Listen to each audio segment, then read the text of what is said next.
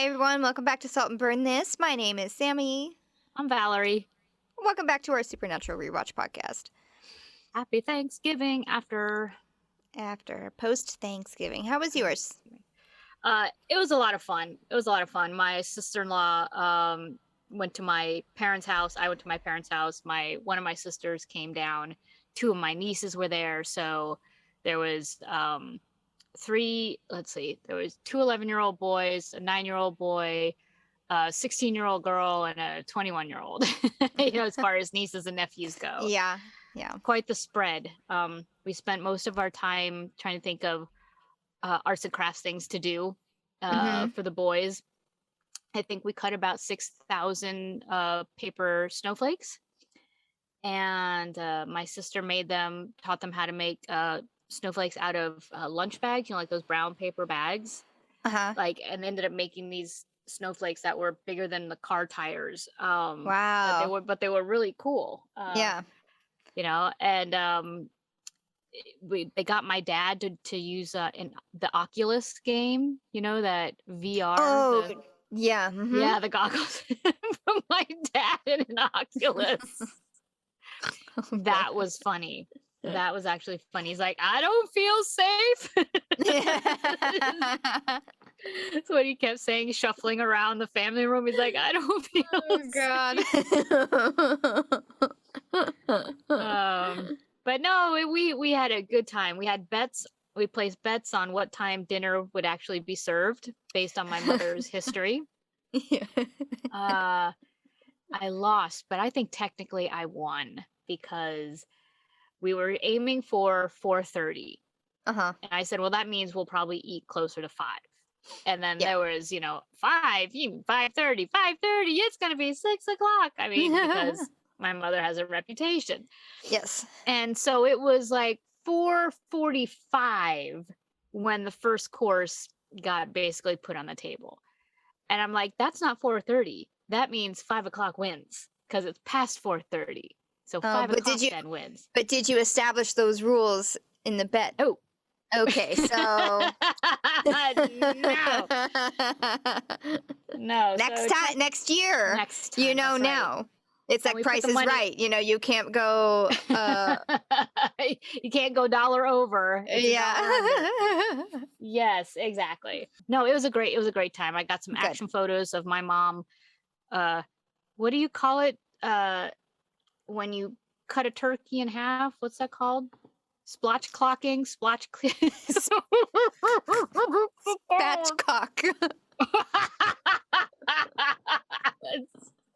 Splotchcocking. Yes.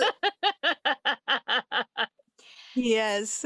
So my mom ended up using tree loppers to spatchcock her turkey. And I have video proof. And oh my God. Yeah, she's like, this is too hard. She was like trying to use cooking shears or something. She's yeah, like, I hate this. This is too hard. I need something bigger. And she put her hands on her hips and she looked around the kitchen. I'm like, what are you looking for? And she went into the garage and came back with this giant set of bolt cutters, essentially. Oh my God. Did it? She's like, oh, this is much better. She's like, I like this.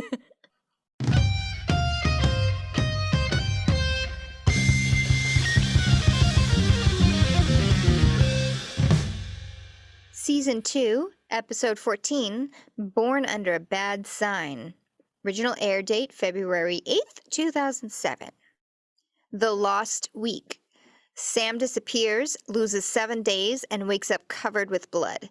The brothers investigate, and every clue leads them to believe that Sam's dark side may have finally emerged. Written by Catherine Humphris and directed by J. Miller Tobin. Those are new names. Yeah, I think both of them. Yeah. Although I am finding that all of the names, whenever we say oh, we've never seen that name before.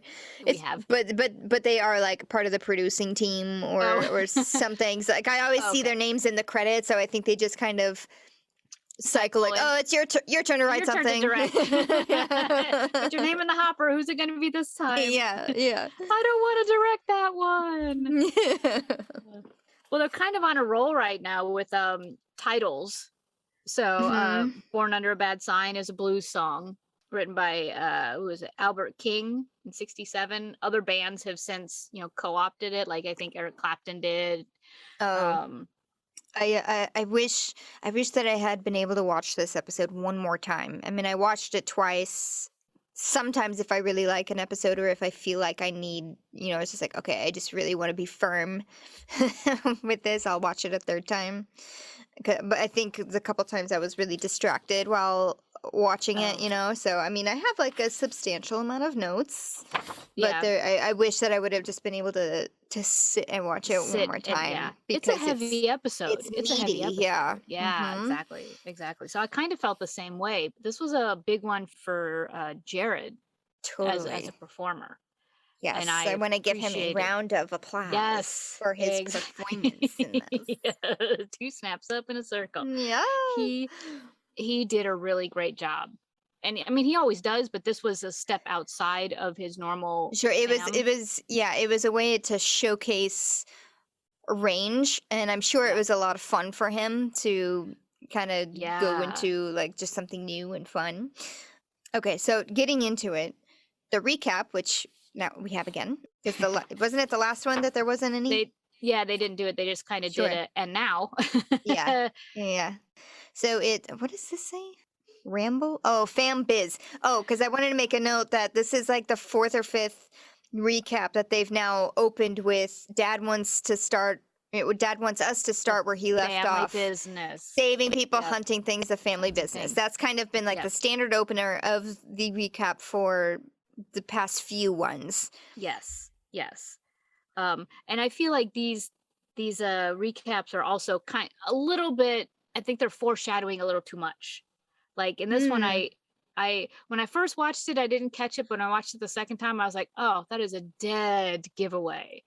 What they say Right. in the recap is a dead giveaway for what the episode is. And part of me wanted to say they didn't have to do that. They didn't have to do that Hmm. particular clip to kind of lead us into the episode. Right. I think I know which one you're talking about, actually. Yeah. But within this recap, we see a bit of Joe's like when we last saw Joe, her last scene of like yelling Yes. at Dean and Sam. Yes. I didn't say, Um, oh, it's Joe. yeah. I went, Joe's gonna be in this episode. He's like, I did the see, little she's clap, gonna clap. be like, we have Meg, and her exorcism, or her scene where she's like Yes. trapped at Bobby's. Yes. More of like Dad's secret and the plans for Sam, I'm the supposed to demon. kill Sam, Yes. Yeah, blah yeah. blah, all of that. Am I gonna go dark side? Yeah. Yes. And So then we get to the teaser, which is again a kind of a new thing, that they've done only like once or twice before, maybe, where it's not like the scene of the murder that the boys are gonna right, go what the investigate monster has later done. on. Yes, Yeah, exactly. It's not the it's monster reveal. right. It's basically starting the episode with the teaser, which is Dean. He's on the phone with Ellen, and from his conversation, we can gather Sam has been missing for a while, and Dean has not been able to get a hold of him, and he's Yeah. very worried. Yep. I love though that he's back at that location. I love this location. Yeah. Where he's like, whatever that structure is, it's that dark, like I'm just gonna call it like railroad tracks, like a raised bridge or Yeah, like an outside construction site. It's just this really cool feature that they've used a number Mm-hmm. of times. Yeah. So I want to do a little map quest moment. Oh, right. No, Yes. Mm-hmm. no chyrons like to start us off to like, here we are at this location. I just want to point out locations that happen in this episode, and you can tell me when we get to them if there was a chiron, because I don't remember seeing them. I feel like there was, but it was right at the beginning. Oh, And okay. really fast. Or maybe I'm just imagining that I saw one because there was a, like welcome to Twin Lake, Twin Lakes 100 miles from here. Like I saw Right, that, and then right. maybe just in my head connected it as a Maybe. Chiron. Well, there's the Duluth, Minnesota is a place they go Huh? to. South Dakota somewhere they Yeah. go to. They mention West Texas. They mention that they've been in West Texas, but they don't actually go to West Texas. At least we don't see them go to West Yeah. Texas. So those are the MapQuest moments, and I have no connection to any of those. I haven't worked there, haven't traveled there, I don't have any family there. I have Yeah, no me personal neither. connection to the map quest in this episode. No. So But if they did go, was it Twin Lakes, Iowa? The I tried to first. look that up again. I was like, where was that? Where was Twin Lakes? But I think it is Iowa. I think it was because I made the connection in my head. There's a place in Nebraska called Twin Rivers, which was very close to where I grew up. And I've only been to Iowa once, and it was a little town called like Mount Pleasant or something cute like that. And it felt very much like we had stepped into 1985 there, like all around, like everything about that area or Iowa in general was just like, did we just go into a Time time warp. machine? Did we take the Everyone wearing shoulder DeLorean, at pads, 88 right? miles an hour? It was very strange. I should have That looked it was a up. long-winded way to say I think it's in Iowa, but Okay. And I should have looked it up, so I fell down on the job on that one. So, while Dean is on the phone with Ellen, he gets a call, and it's Sam. And you don't hear what Sam is saying, but you hear Dean is he's not. I mean, he's relieved, but at the same time, he's like, "Where are you? What happened? What? Don't worry about. Just tell me where you are. Yeah, And jumps in the Impala and pedal to the metal, speeds off. goes right. Which is again how you like to see the car driven. Yes, I do. And then in this, we see Sam, like little flashes of him, and nice camera work here, or at least nice editing work here, where it's just like little flashes. It's almost like like very minute jump jumps in cuts. time. Yeah, jump Uh-huh. cuts. But it just created a sense of like urgency. Yeah, in the editing, Dean or like trying as to the get to- viewer, yeah, right? Yeah. Dean needs to go find Sam, needs to get there. Yeah. He gets to a hotel and he's walking down a hallway, which it turns into like this never ending hallway. He can't find, he's like, Sam, and he can't find the right door. Yeah, yeah. It's And almost a then little he bit of does find- panic too. It's a sense of urgency and panic that you're feeling throughout this scene. Yeah.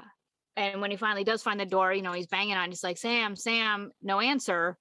So Dean opens the door and turns out it's not locked, which is another like alarm bell. Something's really wrong. Yeah. And he goes in and he sees Sam, thankfully, sitting on one of the beds. Yeah. No, however, Sam is covered in blood. He's got blood on his fists. It looks like he's got like like bloody if you've been knuckles. yes, thank you. That knuckles, that's the word I was looking for. Dean opens up his like outer flannel shirt, and sees like his t-shirt is also covered in blood. Sam is just completely confused. And he's like, I tried to wash this off, but I don't think that this is mine. And Dean's I don't remember anything. I don't remember anything. Sam's like, Dean's like, what happened? And thankfully, though, it's not his blood on him, because your first thought is like, oh my gosh, he's wounded, with the amount of blood that was on him, but not his blood. But whose blood could it be? And if this weren't such an upsetting moment and an upsetting scene, I would point out that this motel has really cute decor. I know, I noticed that too, actually.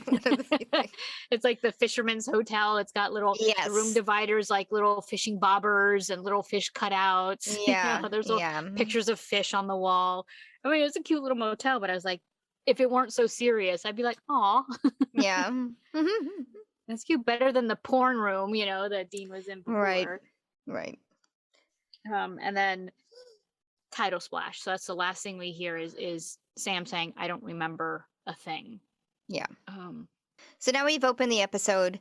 Dean has gone down to the clerk and has done his research. What Sam has done, he said he checked in as Richard Zambora. It's, as of right now, the most upsetting thing to Dean is that Sam is a Bon Jovi fan. Richie Zambora, guitarist for Bon Jovi. So Dean trying to mask, this whole situation with humor, as he does. But Sam not having it, because he's very concerned that this prophecy is coming true, and that he's hurt someone. And Sam is so willing to believe that he is either already bad or is turning bad. Yeah. So Sam believes everything bad about him. Right. And that's the first way first thing he assumes also is like, I'm covered in blood. It's somebody else's. I hurt somebody. Couldn't be any other explanation but that. Right. So Dean, of course, isn't hearing it, though. Dean's like, nope, we no. got to investigate. This isn't you. Let's, figure out what happened here. Yes. And then Sam says the last thing he remembers was them being in West Texas. Turns out that was over a week ago. So now, because Sam is just so like dazed and confused and distraught, Dean's now taking control. He was like, okay, first thing we got to do is just retrace your steps, because the hotel guy said that you left the room and then didn't come back. So, and you're here, so something happened. You must have gone in through the window. Oh, look at that. There's a bloody handprint. Yay. Bloody handprint on the window. Okay. So out the window they climb. So they're outside, and I'm assuming they're looking, at first I thought they were on a rooftop, like, because they climbed out a window. I thought they were on a rooftop, but they weren't. They were on the street. Yeah. And they see like a row of garage units or storage units. I'm assuming it's garage units that you could like probably rent for the time that you were in the hotel, or I don't know. It could be either or. But Sam kind of feels an inclination towards one in particular. He's like, oh, this kind of feels familiar. I can't really explain why. Yeah. I also happen to have a key in my pocket, and this is just locked. happens to fit the lock that's on the door. And so they unlock the garage, open the garage door, and there's a VW bug in there. And my first thought was, oh my God, that's Ava's car. Oh, right. That's who had the bug. I remember talking about a bug before. It's Ava. I was like, oh my God, that's Ava's car. But Sam and Dean don't seem to recognize it as that. So maybe it's not. Maybe it just happened to be a VW bug. But I was like, if they, I would have been like, oh my God, that's Ava's car. Yeah. Right. But they didn't say anything. So I was just maybe projecting. Maybe it was a different color bug. too. I mean, it looked a lot rattier than hers, but it was still a classic bug. So that's pretty specific.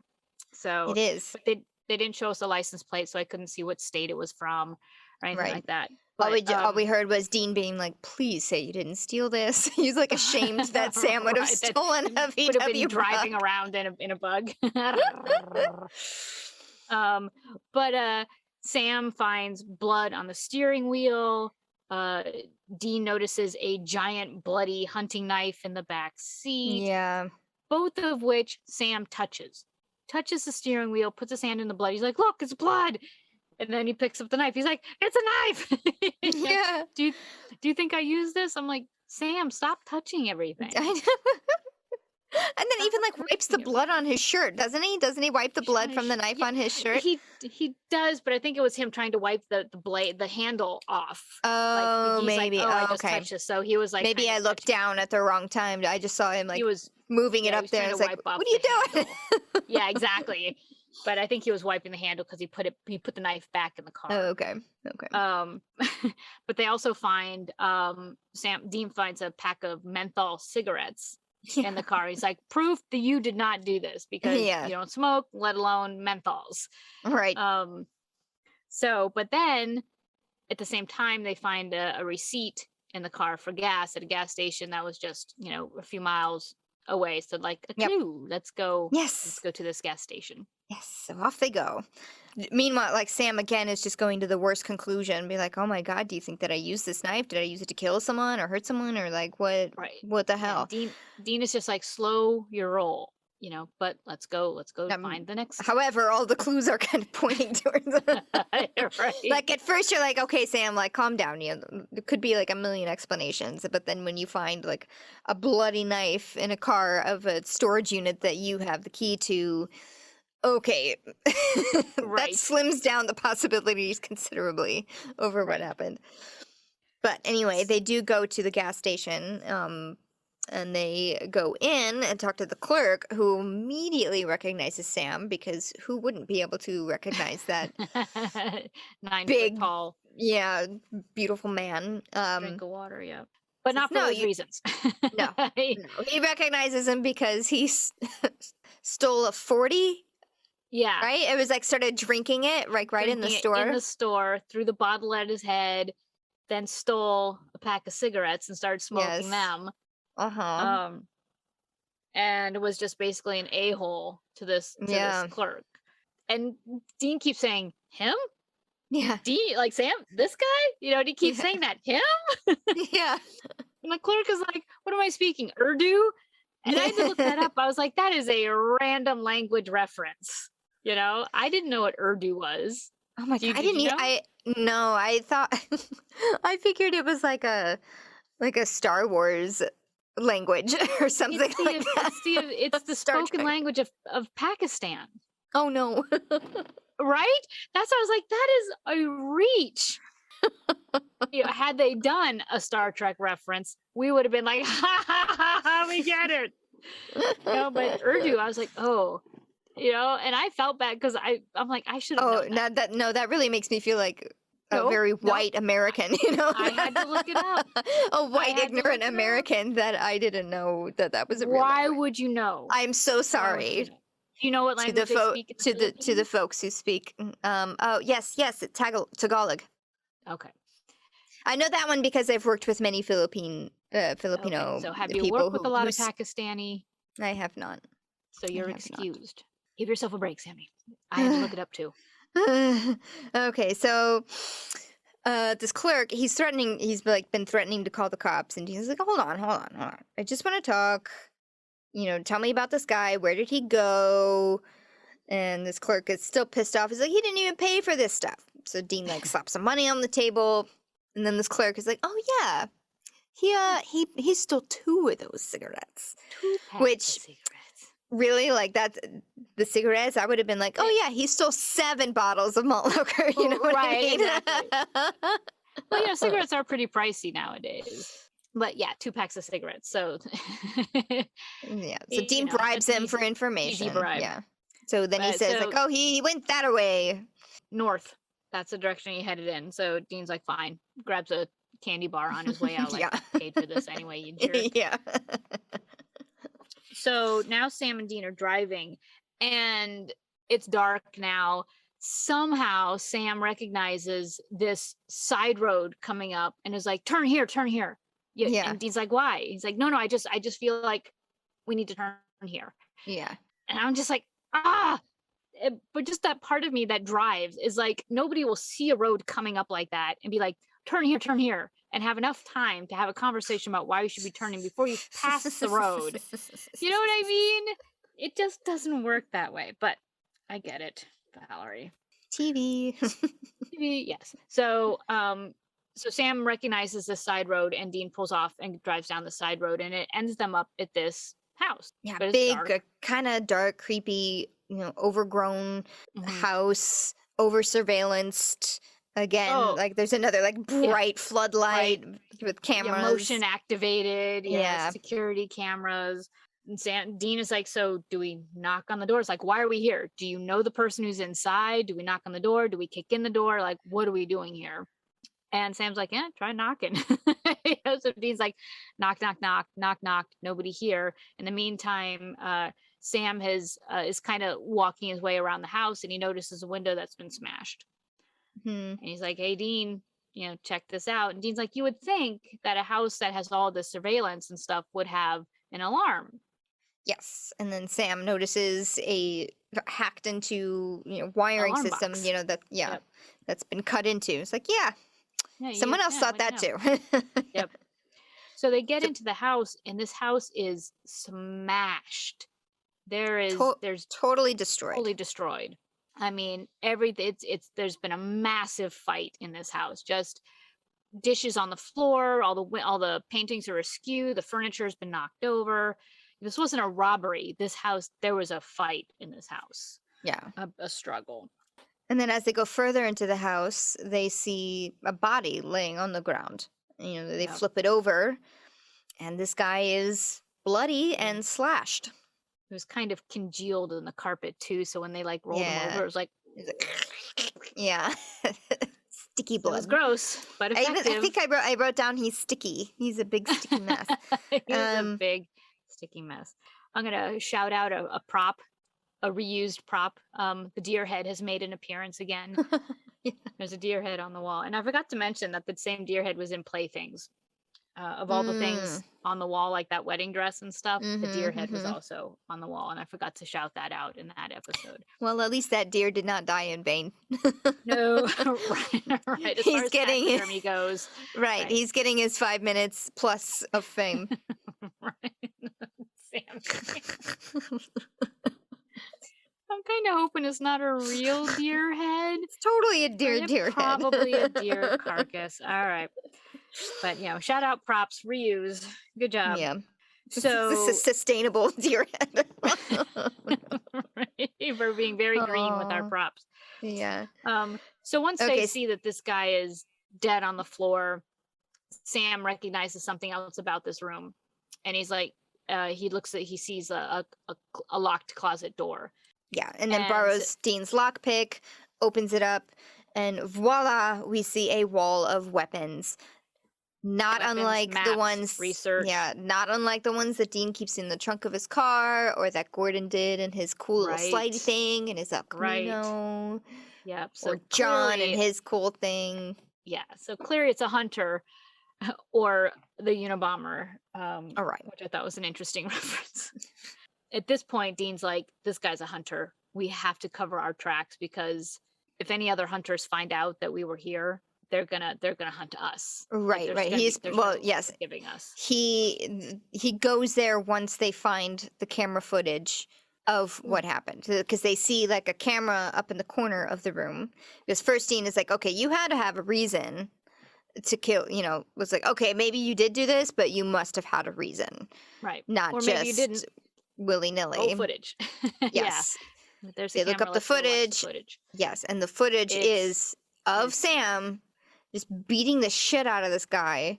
And then finally, like, once he's had enough of him being a punching bag, taking out his that big ass knife and slitting his throat. Yep. And just very nonchalantly. Swoop, yeah, kind of. Yeah. And then like he just like stands up and like looks at his dead body. He's like, all right. This was like so clearly Sam. Uh-huh. I'm staring at the screen. Of course, it's VHS, it's a security video, it's not the clearest footage, but I'm like, maybe it's not Sam, maybe it's not him. I mean, I'm leaning in and I'm staring. I'm like, because it doesn't really look like him. It was him, but I still wanted to be like, it's not him, because it's kind of fuzzy footage. So I think you're alone there, because even Dean is like, okay, that's you. We gotta get rid of this somehow. Sam, computer genius, get rid of this footage of you killing this guy. But then Sam doesn't do it. No, he's kind of now in that state of shock, where he just says like, oh dear. So then Dean just takes the computer tower and just like smashes it to the ground, kicks it in. Stomps on it. Yep. And that's when Dean says, we got to go, because there will be hunters looking for this guy. Yes. He has friends. They're going to find us. So wipe down your prints. Let's get out of here. Yes. They also ID the hunter through like the things that are on his desk. Like Sam finds a letter from his daughter. Yeah. So then they know it. He is a hunter. His name is Steve Wandell. Shit, I killed a hunter. I killed a father. He's just like, oh. Yep. Everything he thinks bad about himself is now he's like, see, told you. Like, did they go back to the they went back to the same hotel. So like Sam is in confession mode. He's like, the past few weeks he's been filled with rage. He just like has all these urges and just thinks that he is turning into what Yellow Eyes had planned for him. Like these feelings, and Dean's like, you never told me this. Like, yeah, Sam's like, well, I didn't want to scare you. And Dean's like, good job, well done on that one. And they bring up again the promise, the dad Dean promise about, you promised Dad you would kill me if I turned. Well, now's the time. Yep, you promised Dad, and you promised me. Hands him the gun. It's like, do it. Yep, shoot me. And we know that Dean isn't going to just shoot Sam. Yeah. We know this. So there's no real tension there. The tension for me as the audience member was the emotional torment that keeps happening between them. Is that Dean's brother keeps asking him to kill him. It's not the first time that Sam has said, kill me now. Yeah. You know? And it's escalated at this point to him physically putting the gun into Dean's hand. And I think they try to trick us, and like Dean like looks at it for a minute, and I don't remember what he says, but he says something that kind of insinuates that he might do it. But I don't know. For me, it was in vain because it's like he's not going to do it. Because we know he's not going to do it. Right. Yeah. Right.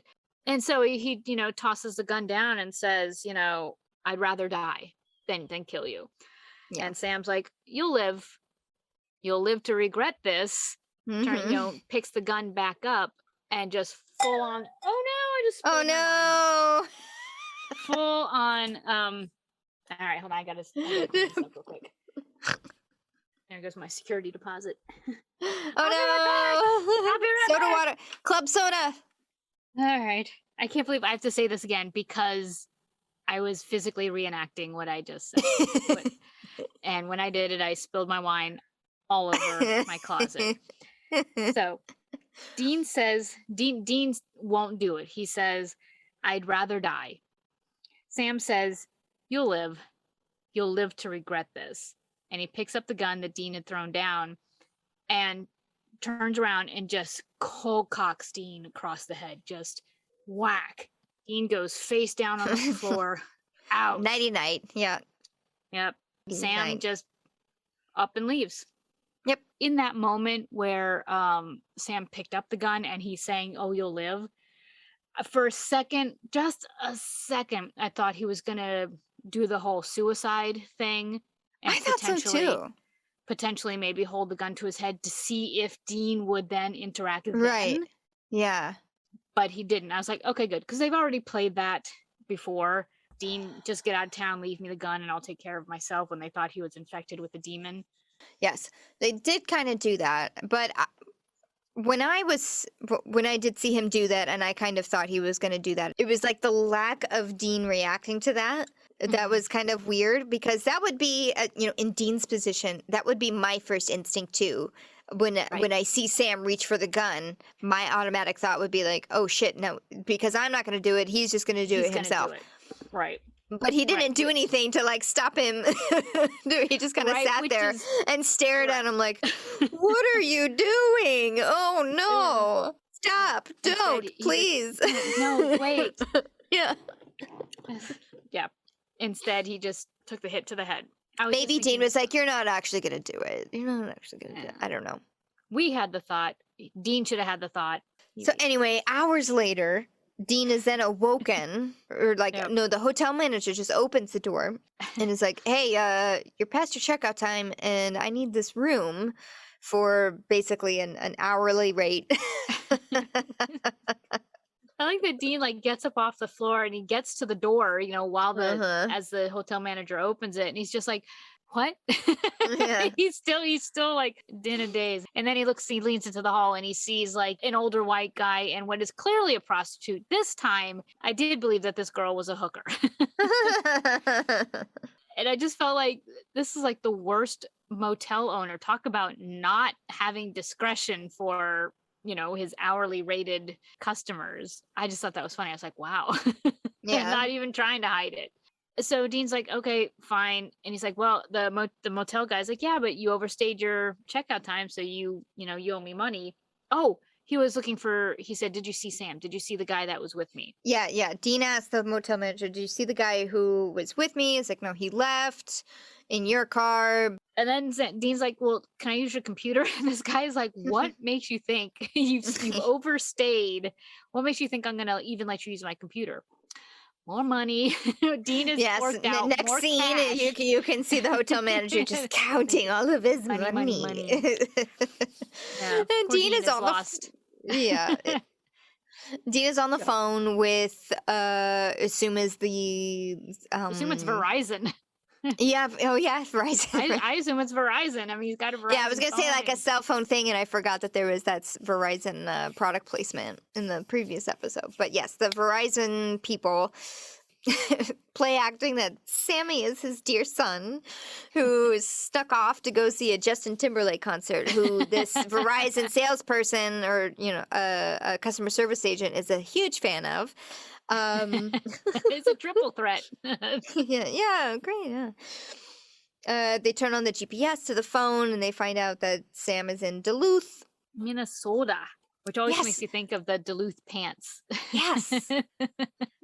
And guess who else is in Duluth? Joe. Miss Joe is We see there. Joe Harville. And she's running her Tending own bar. bar. I don't know if it's her bar, but she's the only person there at the time. Right. Kicking other people out. And in walks Sam. And she is not happy to see him. No. Not really happy to see him, but it's like This fine. was very reminiscent of Raiders of the Lost Ark to me, with Marion closing up the bar. I mean, sans the drinking contest, but right. But her kicking the people out. Back into my yes, and she's also not happy to see Indy. Yes, thank you for that reference. I love it. I'm gonna have to go watch Raiders tonight. Awesome. I'm so glad to see her, especially given her last exit. I'm glad to see her. And I'm glad to see that she's not just like, oh, hey, how's it going? You know, she's still sticking to her guns as far as, you know, she's mad at the Winchesters. But she does let Sam sit down and have a beer. As they're talking, Sam takes off his flannel and she notices like a burn mark on his arm. She's like, ooh, that must have hurt. He's like, I leaned up against a hot stove or something, which is ridiculous because it's clearly the mark on his arm. It's clearly a brand. You didn't just lean up against the stove. Yeah. So Sam is there to try and make amends, make nice. She is like, really? That's what you're trying to do? And he's like, yeah. And he goes into a small speech about his dad. And he's like, listen, I know you have beef with him, but I'm not like my dad. That was him, but this is me. And her first question is, well, what about Dean? What about Dean? And Sam catches this. He's more like my dad, but, and Joe kind of badly tries to pass it off as like a nonchalant question. Right. Well, because that's the second time she's brought him up, though. So in this moment where she does ask, what about Dean? You really start to see a crack in Sam's persona. Oh, yeah. I mean, you've seen, obviously you see it when he punches, Dean out. But this is where when he walked into the bar, you knew there was something wrong. Yeah. You knew there was something up. Now you really see it. Now it's the facade. There's a switch that went off. There's a switch. Yep. And he's pissed. He's pissed that Joe still has this thing for Dean. Yeah. He digs into that. He's just like, man, you really got it for him, don't you? He doesn't think that way about you. He just thinks of you as a little sister. I mean, romantic? No way. And just like digs into that wound. Yep. He knows that this will like really hurt her. And that's what he wants. He really wants to hurt Joe in this moment. Yep. And to the point where he's just like, he will never be that way, but I care for you. I can. Yes. I care about you. And he touches her. He puts his hand on her hand. And he doesn't like take her hand. He puts his hand on her hand. And she goes to pull away a little bit. And he holds her and she's like, What's going on? And I'm gonna just cut out of like my usual banter about this. This is one of the most disturbing scenes I have seen on Supernatural. What happens next? Right. This is one of the most disturbing. Yes, and because it's somebody that you know, it's and that we followed and cared about, both of them. Right. It's a little too possible, in the grand scheme of things. It's too frightening to see our hero assault her, terrorize her. I mean, literally terrorize her, and potentially rape her. Yeah, the potential is there in this scene, and there's a flash of that we think this may actually happen. And I said, and for me, it's about broken trust and broken humanity, because we have trust in our hero, and there's a level of trust that Joe has in Sam, based on, I don't want to say like their deep friendship, but just what she knows about him, you know, and 100% broken. And broken trust for me is huge, huge. And so for me, this scene was by far the worst violence and the most upsetting scene. And I don't mean I didn't like it. I don't mean it like that. I mean, this was hard. This was hard to see. Yeah, I And agree. they did a very good job with it because Mm-hmm. because it brought back all these, emotions that, that I feel about this type of violence. But ugh. Yeah. So knowing this, so Sam grabs her hand, and then when Joe goes to pull back, he doesn't let her go. And you start to see the recognition of I'm in trouble on Joe's face. Like Yeah. this could be something bad. Uh he is a big guy, and he ends up, forcing her up against the bar, grabs her hair and Yeah. pins her head so she can't move. She's able to reach her hand out to grab a beer bottle, but he sees her doing it and, smashes it because But yeah, like she grabs the bottle and doesn't even phase him. He just like sees it yep, like from a mile away and like takes her hand and smashes the beer bottle. And it's just like silly Joe. silly Joe. You're not gonna. And the fact that he's that much bigger than her and now that much stronger than her, she is 100% overpowered Yeah. in this fight and in this struggle. She's pleads with him. She pleads Yeah. with him, Sam, Mm-hmm. please Yeah. don't. And you think he's going to ravage her further, but he ends up just smashing her head on the bar and knocking her out. Yeah. uh and then takes her limp body and puts it on the bar. Mm-hmm. Says some terrible things about her, like, I could do this to you. Yeah, he says while she's knocked out and laying down on the bar, it's like, too bad, Joe, it didn't have to be this way. Or I guess maybe it did. Yeah. And he's like sniffing her or Yeah. just very too close to her. Yeah, I mean, the potential to lick her while she's unconscious is Right. like Rose, right? It was disgusting. It was Yeah. 100% disgusting, and it It, was the antithesis of Sam. yeah. It was the complete antithesis. It is not Sam at all. Right. So the next thing we see is Joe kind of coming to. We see a record being dropped onto the Yeah. jukebox. Yeah. And why he picked Crystal Ship by the Doors, I don't know. Because there are lyrics in it that are like the Yeah, that's subtitles. okay. It was just like, oh, it's basically narrating the scene What's for us. happening to her. Yeah. Yeah. And Sam's now, he's tying her up, and now he starts monologuing. Yes. Yeah. He's prodding her about what Ellen revealed to her regarding her dad's death. He's like, so what do you know? Like, that's kind of like the first place he goes. Like, and then when she's like, what the hell is going on here? You're not Sam. He's like, yeah, I am. What do you know about your dad's death? It's like a Right. weird jump. So it's a weird thing. And then he like pulls out his hunter's knife. Yes. And is like drawing on her face. Oh, he's it, caressing her with it, like yeah. playing with her hair. He's like, and it's me. You can trust me. You can tell me anything, and like Mhm. holding the blade up to her eye and then tousling her hair with it. So she's like, all right, I'll play the game.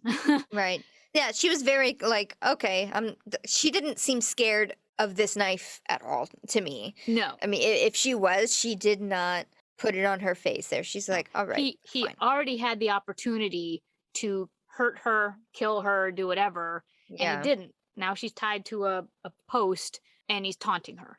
So I think the immediate danger she realizes is past, because he could have killed her if he wanted to, I think. Her version of the story, or at least what she was told, what she knows, is her dad, Bill, and his dad, John, were on a hunt together, fighting some sort of monster. And Bill was being used for bait. And John made a mistake, jumped out too early, and the monster noticed and then killed her father as a consequence of John's mistake. Right. But Sam says, Mhm. you don't know the truth, do you? Yeah, You don't know what close. really happened. Yeah. And revels in telling Joe what he says really happened. And what really happened was that the monster didn't kill Bill. It Mhm. just like clawed him. Yeah, Like, brutally terribly, attacked him. Brutally attacked him and clawed him to the point where he was having to hold his intestines in with his hands. Yeah. And so then John shot him in the head to kill him, to put him out of his misery. Yeah. So it was John who ended up not only getting him attacked, but ended up killing him. Yes. Put him out of his misery like a sick dog. And then he sang it to her. Yeah. My daddy shot your daddy in the head, or something like that. It was disgusting. It was disgusting. And again, Jared Padalecki did such a good job with this, because it was like, it wasn't a caricature of Sam. It clearly wasn't Sam, but it wasn't like evil Sam. It was traces of Sam. Jared did a fantastic job with being somebody else. Yes, without it being a different character that wasn't Sam, that wasn't laughable, that wasn't right. It wasn't like an evil mustache and now he's yeah, evil Sam. right. Yeah. So finally, when Joe is just like, "Why are you doing this to me? Like, why are you torturing me physically and mentally with this?" Yeah. And he's just like, "Well, like daddy, like daughter, you're bait, sweetie." Bait. Yep.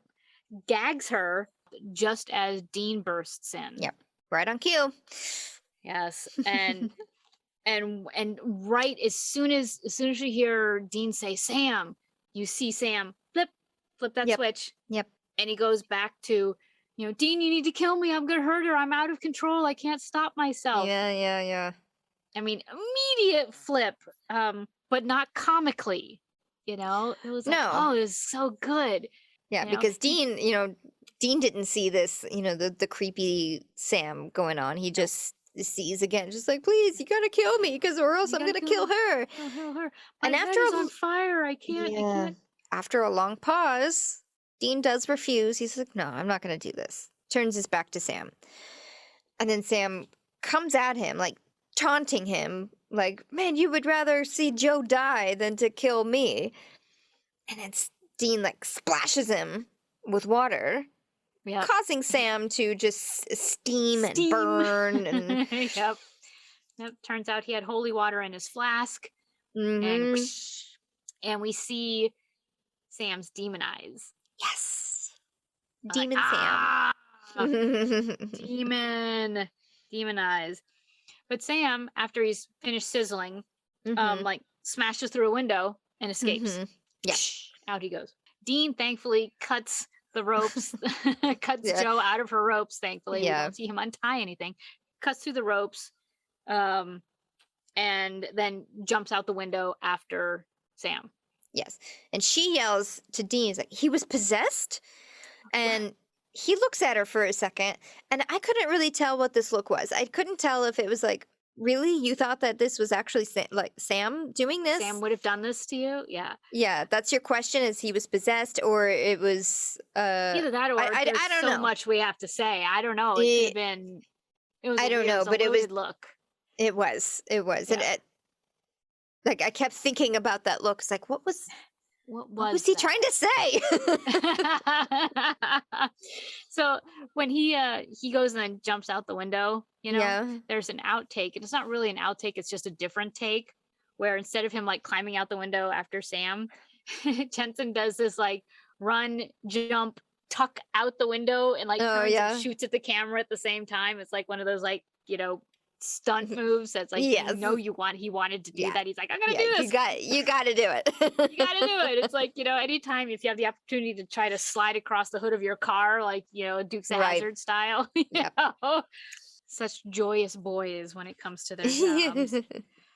So the next scene is like a hide and seek, Die Hard type of scene, where it's like they're yelling at each other, but they can't see each other. Yes, and they're trying to find find each other through the location of their voice, but I guess it's too echoey. Sam tries to trick him by like throwing a rock, in that direction, and then moves in that direction, and Dean doesn't really fall for it. He's like, oh, I know better than that. So they're sitting there taunting each other. Or monologuing each other, honestly. Yes. I do like Dean is like, who are you? Right. Who are you? Yeah. And Sam's like, I'm so many people. I have many names. And Dean is just like, you've been hitting him since Sam disappeared, right? And Demon Sam's like, haha.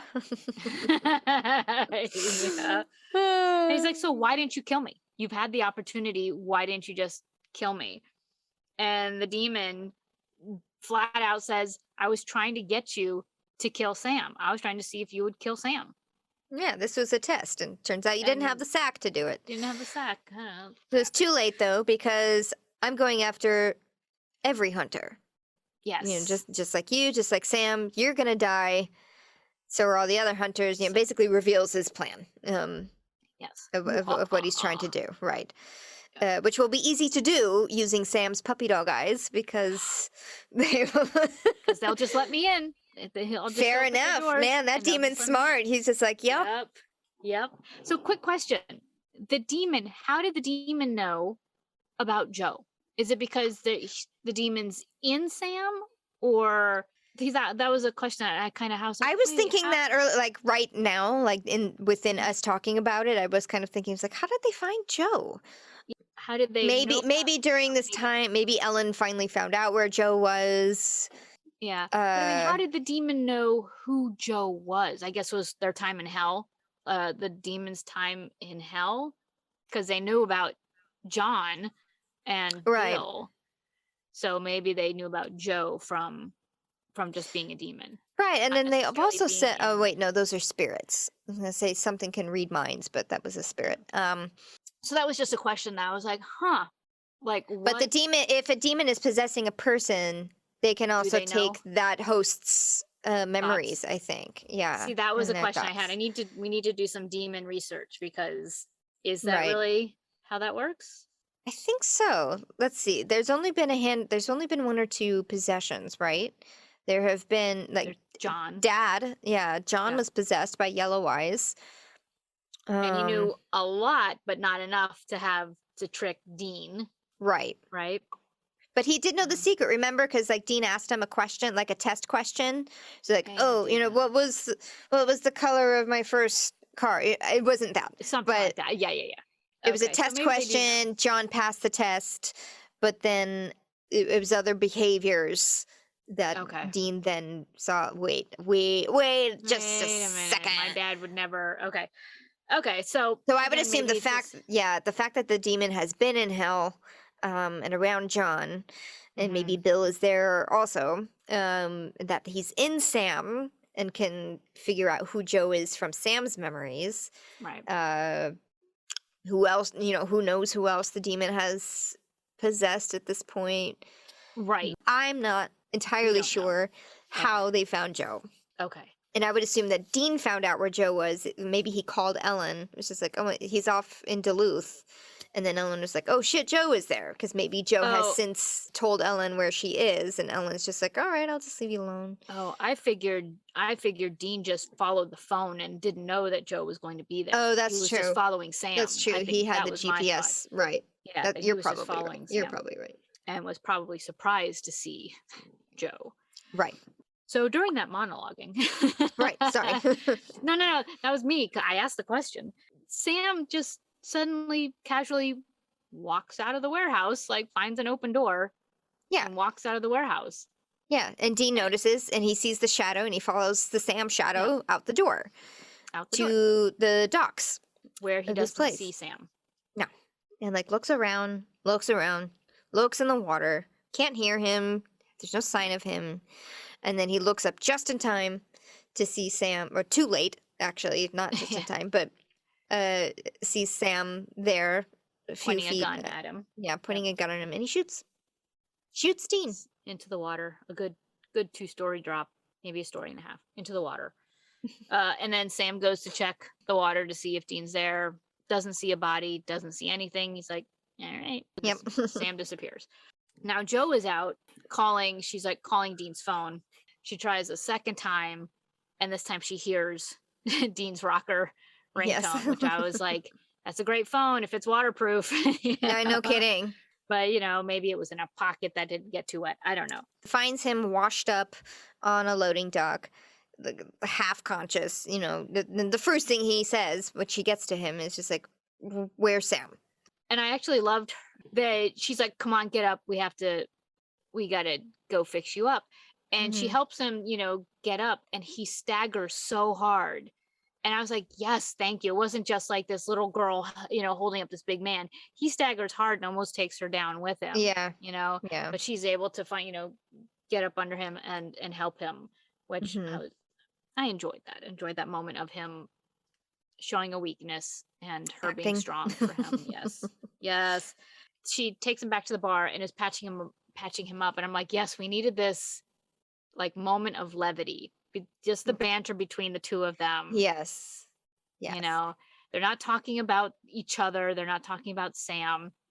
he's just bitching about how how rough she's being while digging a bullet out of his shoulder. He's like, Yeah. you're such a butcher. And she's like, shut up. It's like, yeah, you're welcome. You're welcome. And and I was like, thank you for this like moment of like, let us breathe after everything that's happened, Right. Right. and just seeing two people comfortable with each other in their presence and stuff. Yes. Yes.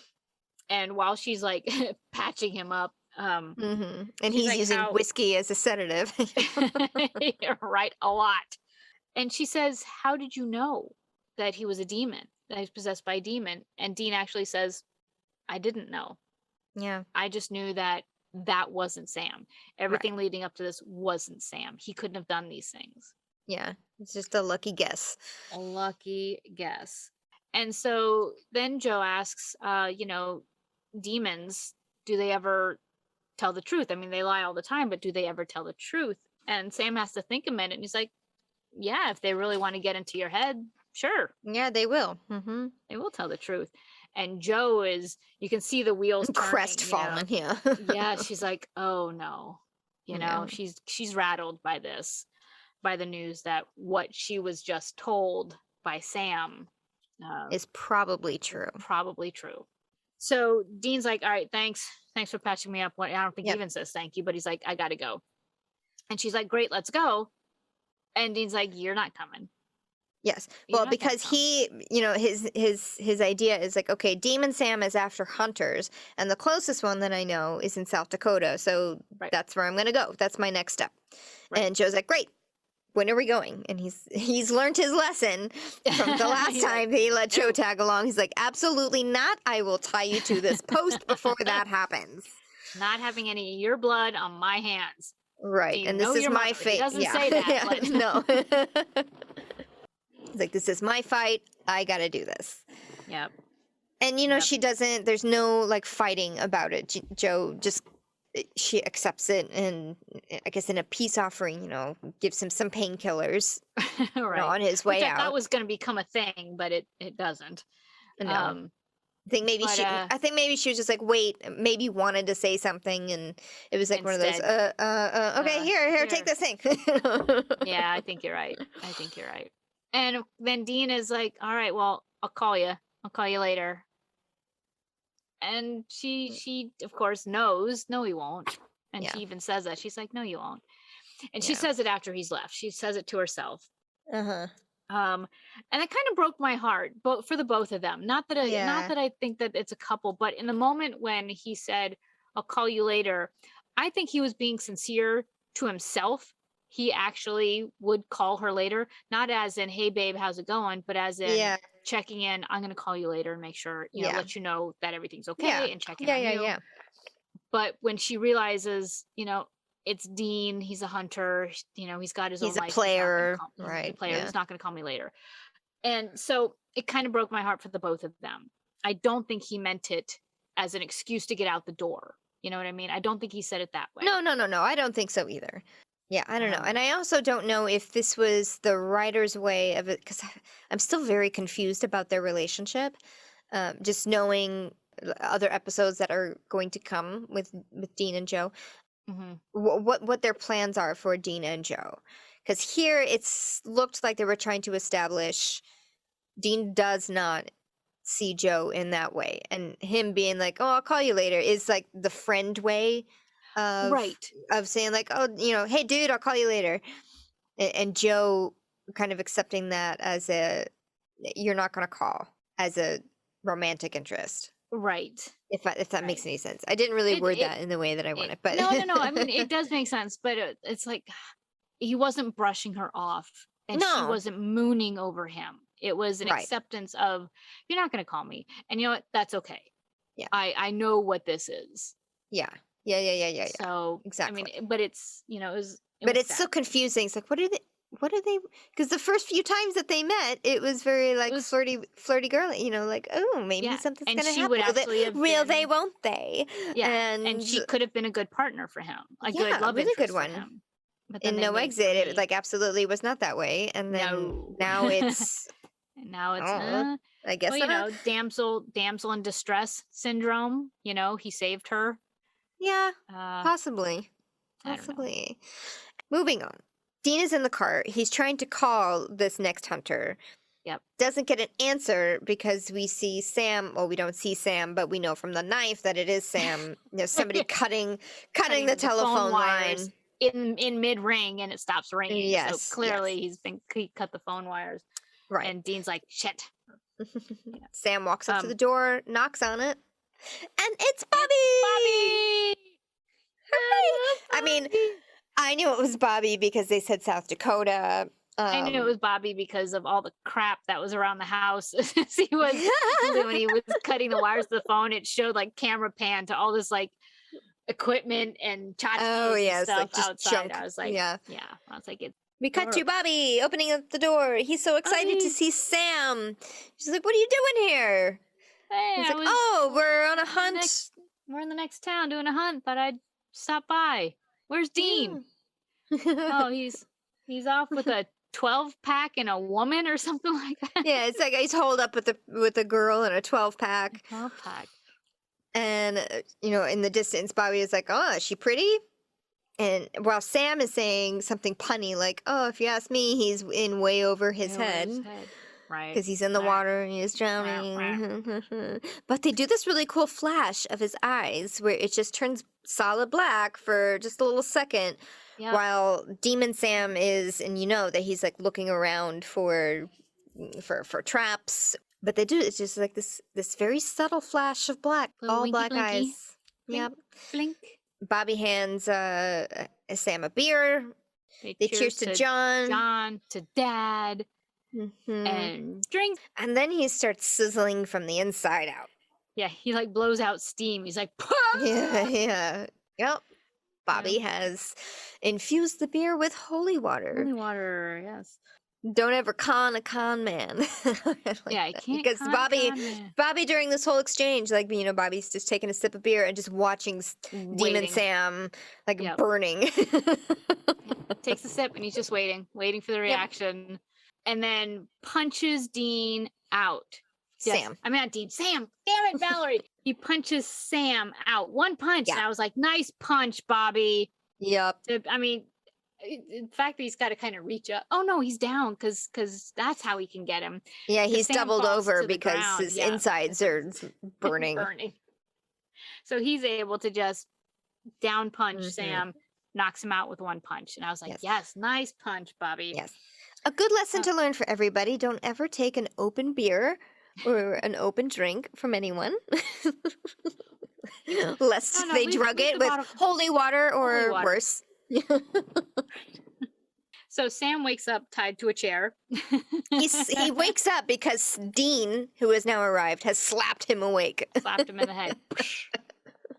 Bam. And he's tied to a chair. He's under the same devil's trap that Meg was under when they had Meg tied to a chair.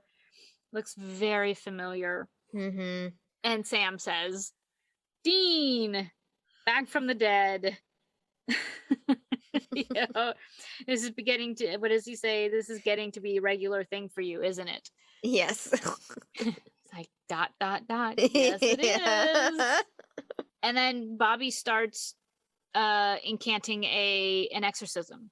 Yeah, Dean has doused Sam with holy water. Because the demon Sam is just like, you can't hurt me without hurting your pretty brother. Sam is my meat puppet, so ha ha ha. Yep. And so throws a bucket of holy water on Sam, and of course he sizzles. He's like, this won't hurt him, but this will hurt you.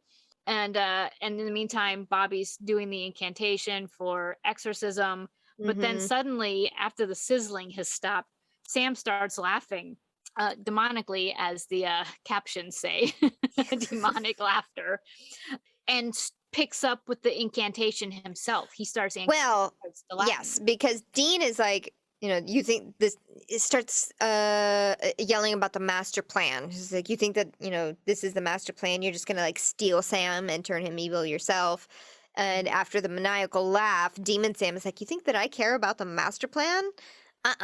This is not what this is about. Oh, the exorcism doesn't seem to be working.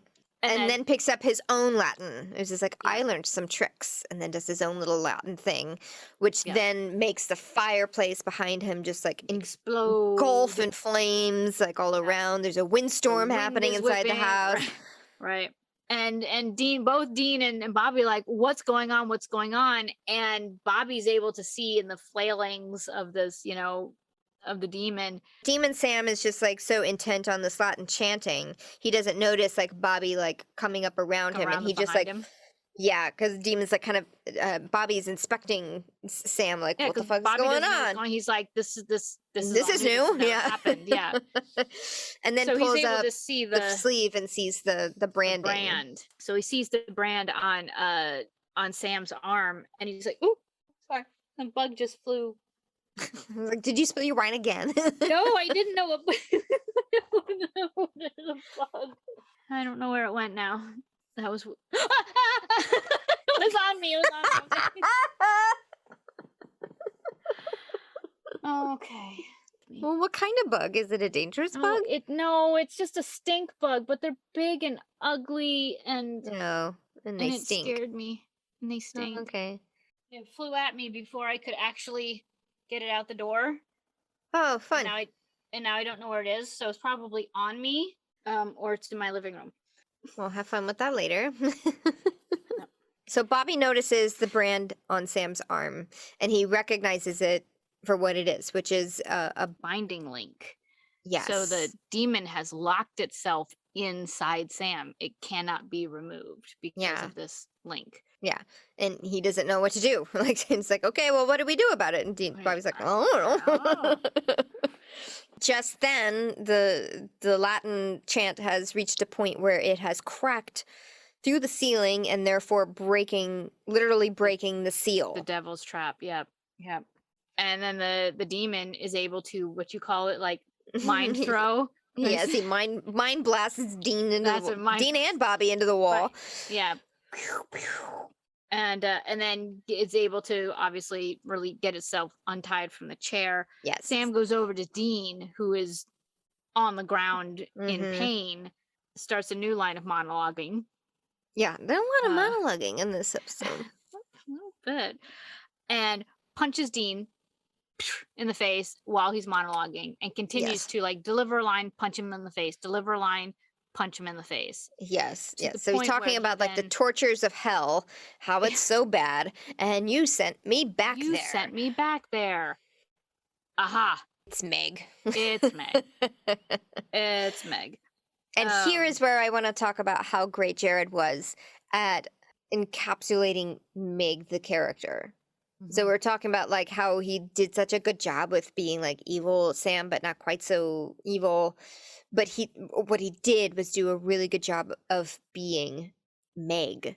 Yes, exactly. But you also couldn't really tell that it was Meg early on, just because we don't know Meg that well yet. You know, she was around a lot in season 1, hasn't really been around since. But yeah, and Meg using like this big man body, like now, like Meg is, well, demons I guess don't really have a gender really, but Meg, having been little blonde Meg, before, is now like big brawny, 6'5".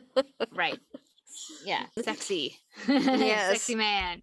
Interesting. But you are exactly right that Jared did a great job being Meg without going over the top Meg. Yeah. Very subtle Meg. Yeah. Because it never became, and I don't want to say this just came to me, crazy eyes. It never became like wild and a demon, and it was just very subtle personality shifts, and you could see him, exactly. Meg using Sam. So then, yes, Dean recognizes, it's Meg. It's Meg. And Meg Sam is Sam Meg Sam Meg Sam is like yes, it's me, and I'm not going back to hell. Blah blah blah. Oh, I saw your dad says hi or something like that. Yeah. Yep. And in the meantime, now she's grabbed onto Dean's bullet wound and is digging her thumb into him, into his wound, while she's going on and on about dad's being tortured in hell. And do you know what, people call hell? Hell is hell. Yeah, yeah. And And it's nothing compared to how you torture yourself because you couldn't save your dad and you right, probably you're can't save your nothing, you're brother. worthless. Yep. And I kind of And like this because demons are supposed to be so much powerful than humans, right? And Dean, I think, I don't remember what he's doing, just like grabbing onto Sam's like shirt collar right here. And while Meg Sam is like digging into his bullet wound, he just kind of takes Dean's hand and just like throws it off to the side like it's nothing. It's Yeah, like don't. whatever Yeah. Dean is physically doing to Meg Sam is not affecting Meg Sam at all. It's Yep. just like "Pfft, you're Done. nothing. Yep. No, don't do that. Don't do that. Yeah, exactly. Yeah, get off of me. Get off me. I'm busy And torturing you. and then he winds up to do Dina another punch, and as he winds up, he lifts his arm up. Bobby has since come up behind him, grabs Yeah. his arm, and scalds him with a poker, a fire poker, Yeah. and burns the brand, cuts a hole in the brand, just the way he cut a hole in the devil's trap, has Mhm. broken the binding. And in that moment, then black smoke smokes out. Yeah, up Sam's mouth. Meg has been expelled and out the fireplace, and out it goes. Did you notice? I didn't notice this before, but when Sam is going, mouth open and screaming Mhm. as Meg is being expelled, even his throat, you're seeing the ripples of the smoke leaving his throat. No, I didn't. Yeah, they did some sort of like thing. CGI thing. Yeah, it wasn't just Jared going mouth open. It was like undulating. Ugh, gross. Yes, exactly. Exactly. That's effective though. I'll have to look at that. Yeah, it was pretty cool. Sam collapses onto the floor after Meg has been expelled. And he kind of like wakes up at the same time, and he's like, so did I miss anything? Because he just kind of like wakes up and like, did I miss anything? And Dean's answer to that is to just full on punch him in the face. He's just like, my answer to that is fuck punch. you. Yeah. Punch you in the face. Which leads to a gaffe, of course, or unfortunately, I should say. It happened really quick. But this whole time that Dean's been punched in the face, he has a bloody nose. And blood is dripping down his face. When Dean punches Sam in his response, did I miss anything? Punch. As soon as Dean punches him, he just like, Dean himself is just like, that was the last of his energy, was to punch his brother in the face. He's like, oh, and he collapses back. In that moment, in that clip of him falling back, there's no blood on his face anywhere. I was like, come on, it was such a good scene. But also, since I've stopped the action, that punch in that moment was not scripted. Oh, really? Jensen thought of that. Jensen wanted to do that. It wasn't scripted. He's like, my answer would actually be to just punch him in the face. And so they said, let's try it. They did it. The director liked it, so they kept it. So that was all Jensen. Very nice. So, right. Good for Jensen. So later, poor Sam. He's getting punched in the Sam's face. reaction being punched in the face was like, he was like, ah! He's like grabbing his face. He's like, what the? What did I do to deserve this? Oh God, it was a good reaction. So later, they're still at Bobby's. Dean has an ice pack on his face. Yeah. And Bobby brings up the murdered hunter. Yeah. He's like, do you guys know, I've forgotten his name now. Steve Wendell. He was a hunter. Turns out he was pretty brutally murdered. Would you guys know anything about that? Dean immediately denies it. Absolutely not. Yeah, Sam almost says something. I know, he wants to be the good guy and be honest. Bobby stops him. He's like, good, let's leave it at that. Because he's a hunter and other hunters are going to want revenge and they're not going to ask questions. They're gonna shoot first, ask questions later type of thing. So clearly Bobby knows that it was Sam. And so Dean's like, okay, we're gonna go. Thank you for that. Let's go. And Bobby's like, wait, I got something for you. And he hands them these two charms that are anti-possession charms, that if you have these on you, it'll keep you from demons from getting up in you. Or Yeah. and I wrote down phrasing. Yes. But as I was writing that, Dean even says, that sounds vaguely dirty. Dirty. Yeah. And so the boys, say thanks, kind of wave goodbye to Bobby and are driving off to REO Speedwagon. Yep. Back on the road again, very apt. Yep.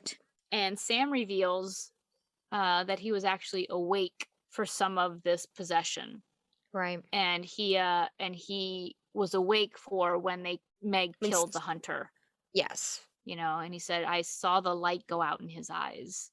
Yeah, from my own two hands. From my own two hands. And I almost carved up Joe.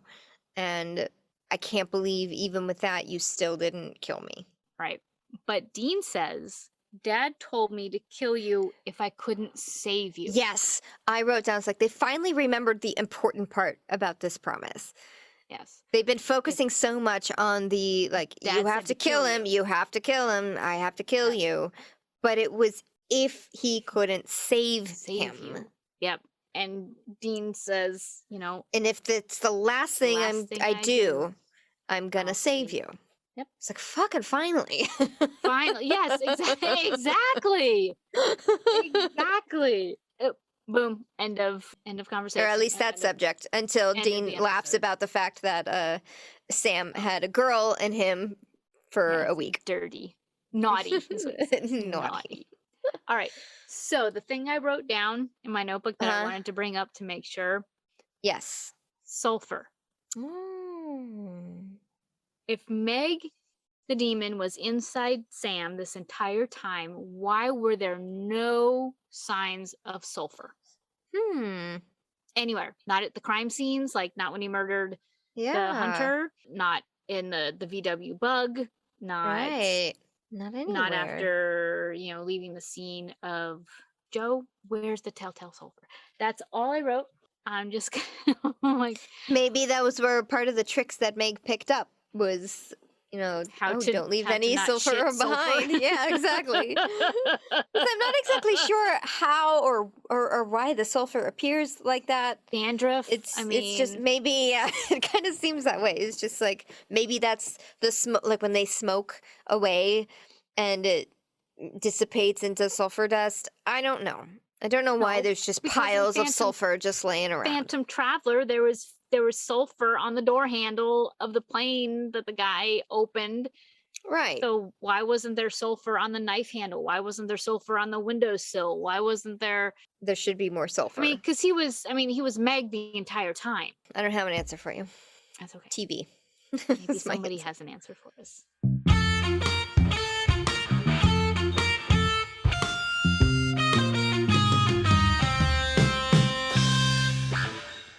Another good episode. I really a good time watching it. It's just so much fun, again, to watch actors get to explore other characters. He was so good because he was convincing. And he was creepy. He really made me hate him and be scared of him and creeped out by him. No, it was really good. Yes, good job, Jared. Yeah, it was really good because the other thing, remember I always note, his forehead acting, whenever he's like sympathetic Sam, he has that, very deep. Oh, yeah, he's got good eyebrow movements going on. Yeah. And Meg didn't overplay it. Like when he was Meg as Sam, it was much more, is all played below the eyebrows. Yeah. Except every once in a while there would be like a little a little puppy dog moment. A little dancing. Yes. Like an intentional puppy dog moment. Yeah. Not because he was emotional, but because he's like, ooh, puppy dog, boop, and then it was gone. Anyway, yay, Jared Padalecki. Good job. And good job for Joe. Good job for I wrote down the wrong name the first time. Alona Tall. Alona Tall. I was like, Anna. No. That's not right. Yeah. I thought she had a good character arc in this as well. And I was very happy to see Bobby again. It was the first time we've seen him since the first episode, right? Was he in it? Yeah. So the episode that John died was the last time that we've seen him. And they've been at Bobby's, but Bobby did not appear in person. No, and Bobby was kick-ass. I mean, Bobby knew. Mm-hmm. He didn't get the phone call from Dean. Yeah, Bobby he was just like, Immediately. That's Bobby. And the other thing we didn't mention this, that after Bobby gave them, or as Bobby's giving the boys the charms, he's like, you boys take care of yourself. And I wanted to say that the interactions were, he's definitely, I mean, these are three grown men standing in the same room, but Bobby is treating them as like protecting them. Yeah. He's more of an adult. And I don't want to say Yeah. like father figure, because look at who their dad was. So, that's not Bobby. Bobby is not a replacement dad. He's not being a father figure. He's being the other adult in the room, Yeah. Mm-hmm. I liked that. I like the interactions between, Bobby kind of taking control of the situation and being the knowledgeable one. He's got more Right. experience hunting. He's got more experience Yeah. in this whole world that they're just kind of tripping into right now. Like more Yeah, he's like a experience. mentor. Mm-hmm. Yes. A Yes. mentor, but they don't quite know it yet. Yeah. This is touching on it. Bobby saved the day. Yeah. And so they have somebody else on their side, in their corner. Yeah. Just like Ellen is in their corner. And I don't know, I liked that. I like showing that relationship. Yeah, I did too. It just, Okay, so that was Born Under a Bad Sign. Next, we are going to talk about, what is it? Tall Tales. That's all I got. I didn't watch any of this, so I have no idea. I glanced. Uh-huh. I glanced at it, and this is the introduction / first time we see Richard Speight Jr. Oh, yeah. in any capacity. Okay, I know what this is. Okay, Okay. I remember what this is. Awesome. I can't wait. So thank you so much for tuning in this week. Please be sure to follow and or subscribe and or rate us wherever you can listen and or rate podcasts. We would be greatly appreciated. Please also follow us and engage with us on all our social media. We are at Salt and Burn This on Twitter and at Salt and Burn This Pod on Facebook and Instagram. Still not much of a TikTok going on, but stay tuned. We will do more, she says. Are you lying to us right now, Sammy? Absolutely. Oh, that is this week. Yes. We will see you next week for Tall Tales. Thank you so much. We'll see you later. Bye. Bye. You gotta go find that bug.